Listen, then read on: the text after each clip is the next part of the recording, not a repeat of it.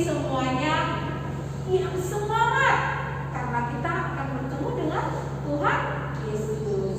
Kakak-kakak, kita sapa kembali yuk adik-adik. 1, 2, 3 ya. Shalom semuanya. Iya. Kakak-kakak di sini yakin kalian pasti semangat. Dan sekarang kakak-kakak berpikir di sini akan menyapa adik-adik yang ada di rumah. Kita nyanyi ya. Dengan bernyanyi kita menyapa mereka. Hello, hello, how are you? Ya kan? Oke, baik. Kakak-kakak di sini mau menyapa kalian dengan lagu. Kita bernyanyi dulu dari lagu Hello, hello, how are you?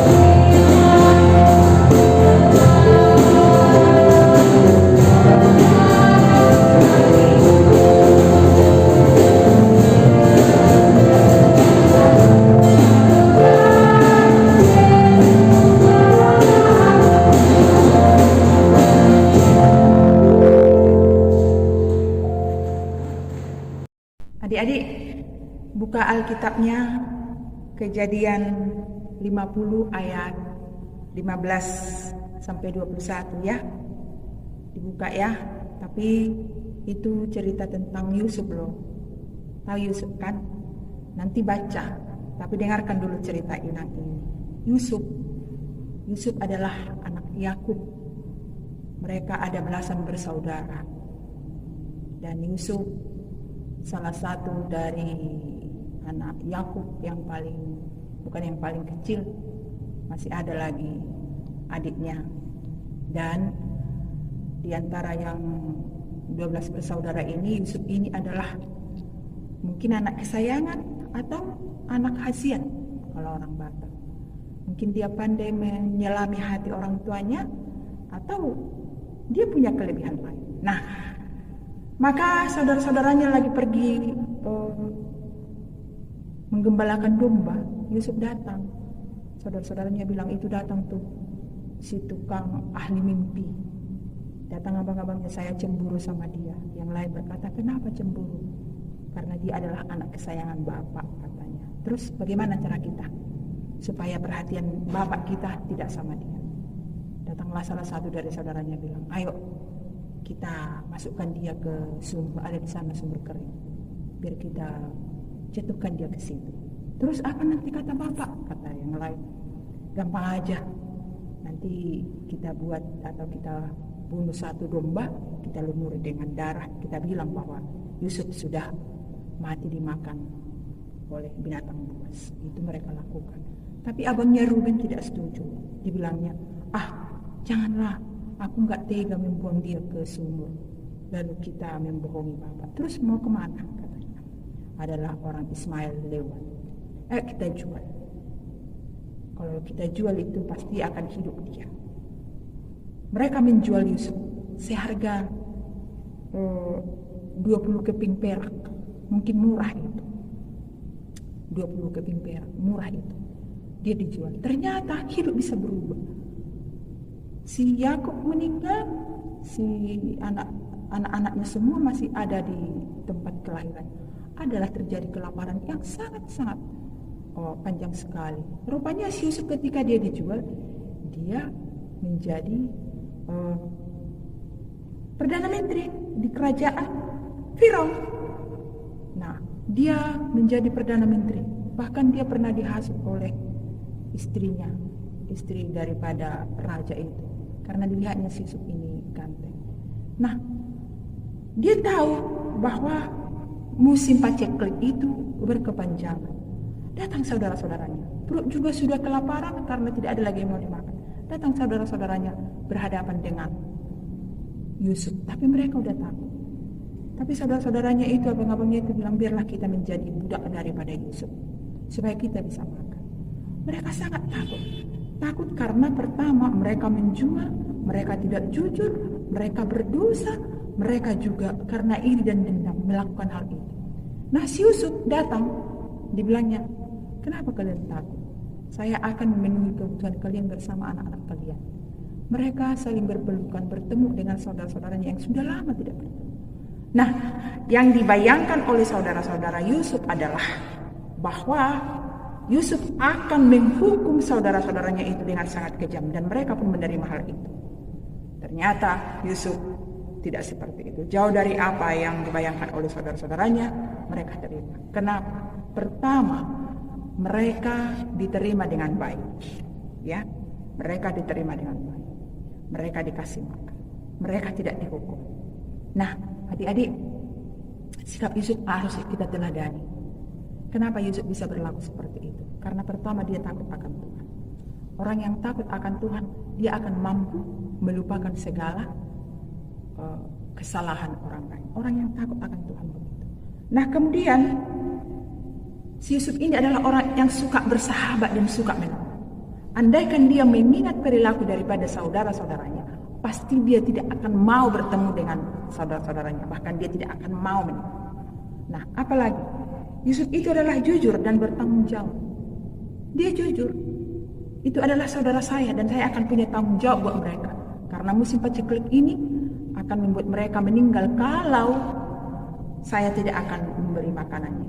Jadi dia orang yang jujur dan bertanggung jawab. Kemudian dia mengasihi dan mengampuni. Dia tidak membalas kejahatan dengan kejahatan, tapi Yusuf membalas kejahatan dengan kebaikan. Luar biasa kan?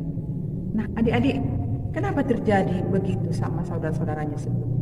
Karena iri itu. Yang pertama dari hidup kita, ya, jangan suka berpikir negatif kepada orang lain. Kepada adikmu, kepada abang, kepada kakakmu, kepada siapa. Tidak boleh berpikir negatif. Tapi berpikirlah positif. Kalau kita berpikir positif, maka selalu ada sukacita.